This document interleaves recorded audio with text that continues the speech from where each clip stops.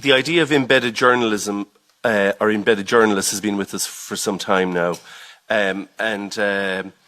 you know, sometimes, particularly during war, the border between journalism and propaganda and disinformation isn't always clear.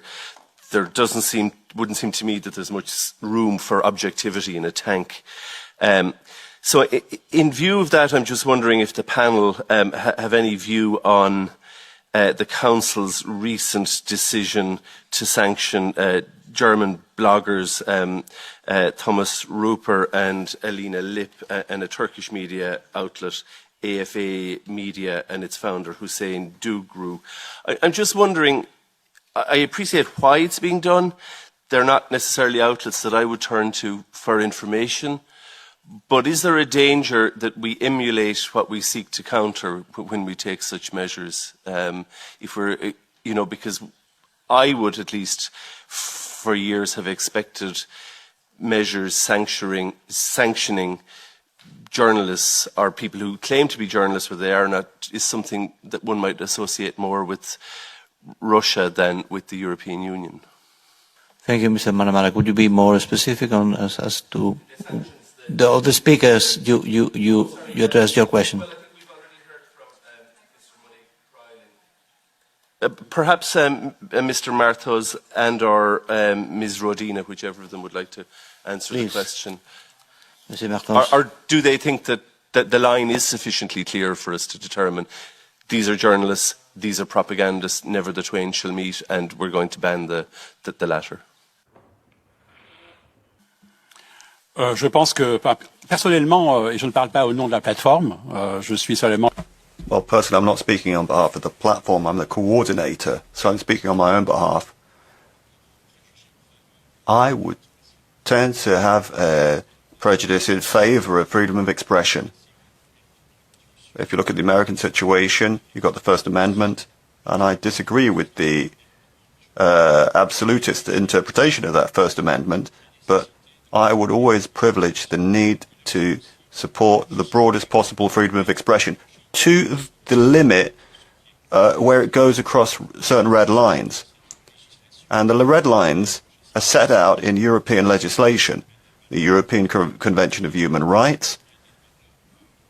The sentences of the European Court of Human Rights provide a very clear compass, which is very precious in today's debate.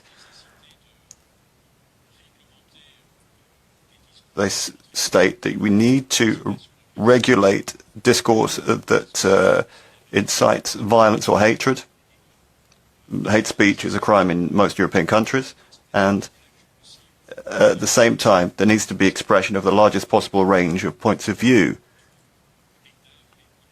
even where certain sectors of the population or the public authorities may feel upset by that information.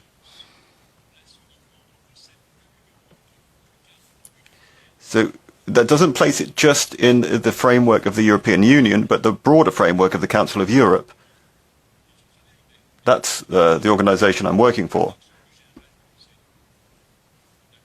In that broader context of the Council of Europe, the European Convention of Human Rights and the European Court of Human Rights provide you with a compass to try and respond to the kind of concerns that my colleague Oliver raised. The difficult thing is to properly calibrate that dilemma. It's a very complex one, where we have to balance protection of the right to freedom of expression with the protection of parts of the population who could be victims of certain forms of expression. Democracy has the duty to protect them. Thank you. Rodina.